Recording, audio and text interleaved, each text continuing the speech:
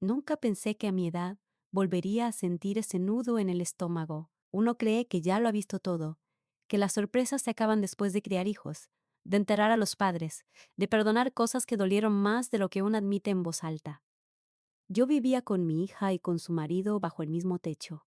No por gusto, claro. La vida aprieta, los tiempos cambian, y una madre hace espacio aunque ya no tenga fuerzas. Aquella tarde todo parecía normal, demasiado normal, ahora que lo pienso. La casa estaba en silencio, un silencio raro, espeso.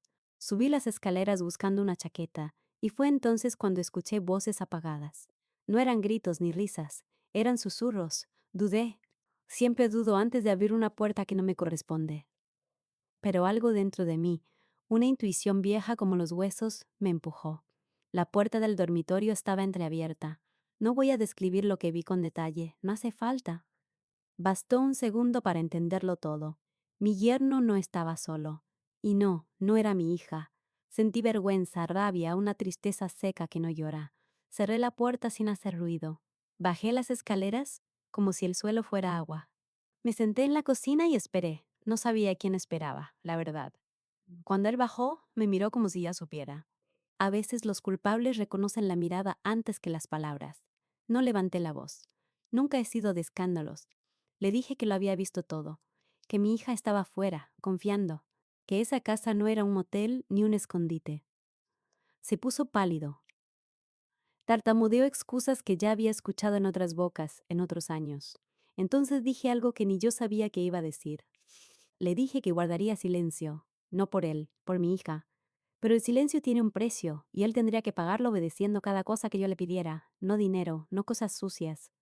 Cosas simples, al menos al principio. Respeto, presencia, responsabilidad. Lo miré a los ojos y le advertí que si fallaba una sola vez, la verdad caería sobre la mesa como un plato roto.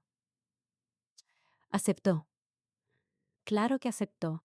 El miedo vuelve dócil incluso al más orgulloso. Esa noche cenamos los tres como siempre. Mi hija habló de su día, sonrió, me besó la mejilla. Yo asentía, servía la sopa, y por dentro sentía que algo había cambiado para siempre. Me fui a dormir tarde, no dormí bien. Pensaba si había hecho lo correcto, si una madre debe cargar con secretos ajenos. Pero también pensé en mi hija, en su fragilidad, en su mundo ordenado.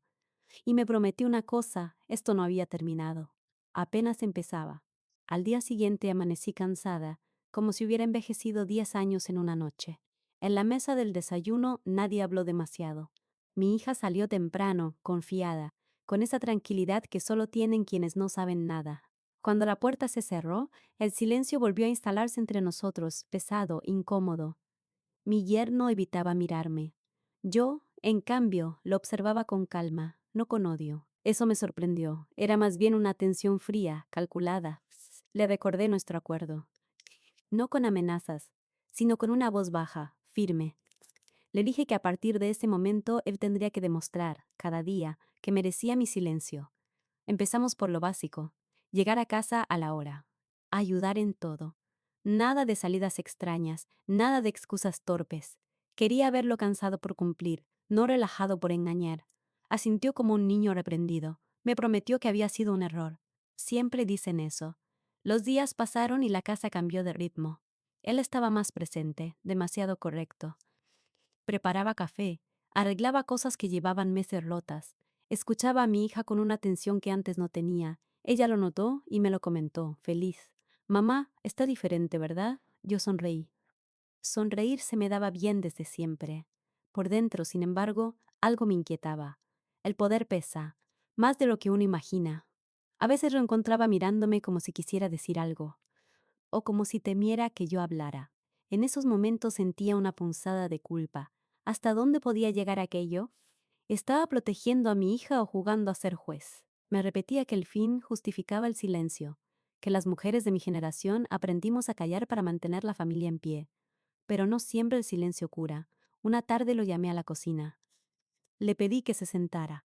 Le dije que esto no era eterno, que yo no disfrutaba la situación, que mi única condición real era una, que respetar a mi hija como no lo había hecho. Le advertí que si volvía a fallar, no habría segundas oportunidades. Me miró con los ojos húmedos. Juró que había entendido. No sé si le creí. La fe a cierta edad se gasta. Empecé a observar más a mi hija.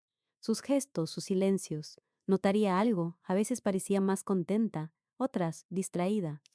Yo caminaba por la casa con cuidado, como si cualquier palabra mal puesta pudiera romperlo todo. Me pregunté muchas veces si debía hablarle, decirle la verdad, pero siempre me detenía. El miedo a destruirla era más fuerte que mi necesidad de limpiar la conciencia. Y entonces ocurrió algo que no esperaba. Una noche, mientras lavábamos los platos, mi hija me miró fijamente y me preguntó si yo estaba bien. Dijo que me sentía distante, que había algo raro en el ambiente. Sentí que el suelo se movía bajo mis pies.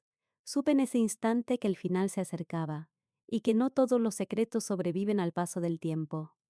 Cuando mi hija me hizo aquella pregunta, supe que ya no controlaba nada. El silencio, ese que yo creía tener bien guardado, empezaba a respirar solo. Le dije que estaba cansada, que eran cosas de la edad, una mentira pequeña, de esas que una madre dice sin pensar demasiado. Ella no insistió, pero su mirada se quedó conmigo toda la noche. A partir de entonces, empecé a notar detalles, conversaciones que se cortaban cuando entraba en una habitación. El esfuerzo excesivo de mi yerno por parecer el esposo perfecto, demasiado perfecto. Y mi hija, cada vez más callada. A veces la veía sentada junto a la ventana, mirando sin mirar.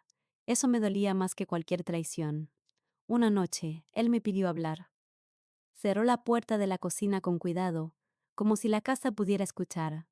Me dijo que no podía más, que vivía con miedo, que cada gesto suyo pasaba primero por mí. Esperaba que me apiadara. No lo hice. Le recordé que todo eso lo había elegido él el día que rompió la confianza de mi hija. Le dije algo que me salió del fondo del pecho, que el castigo no era obedecerme, sino convivir con su propia culpa. Esa misma semana ocurrió lo inevitable. Mi hija encontró un mensaje viejo, uno que él creyó borrado. No gritó, no lloró al principio. Me llamó a su habitación y me lo mostró en silencio. En ese momento, entendí que ya no tenía sentido proteger nada. Me senté junto a ella y le conté todo. Desde el principio, sin adornos, sin justificarme, hablé como mujer, no solo como madre. Escuchó sin interrumpirme. Cuando terminé, me tomó la mano. Dijo algo que nunca olvidaré, que el engaño dolía, pero la mentira prolongada dolía más, que hubiera preferido la verdad, incluso si la rompía. Lloramos juntas. Mucho. Como no lo hacíamos desde que era niña, con una maleta y la cabeza baja. No intenté detenerlo. Tampoco mi hija. El silencio por fin se rompió del todo, y aunque dolió, fue un dolor limpio, necesario. Hoy la casa es distinta. Más tranquila, a veces demasiado silenciosa, sí, pero es un silencio honesto. Mi hija y yo seguimos juntas, nos hablamos más, nos miramos distinto. Yo aprendí algo tarde quizá, pero lo aprendí.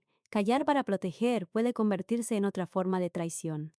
No me enorgullece lo que hice, tampoco me arrepiento del todo. Hice lo que creí mejor en ese momento, como hacen muchas mujeres de mi generación. Pero si alguien escucha esta historia hasta el final, ojalá entienda una cosa, la verdad siempre encuentra su camino. Y cuando llega, más vale estar del lado de quien la necesita, no del miedo que la esconde.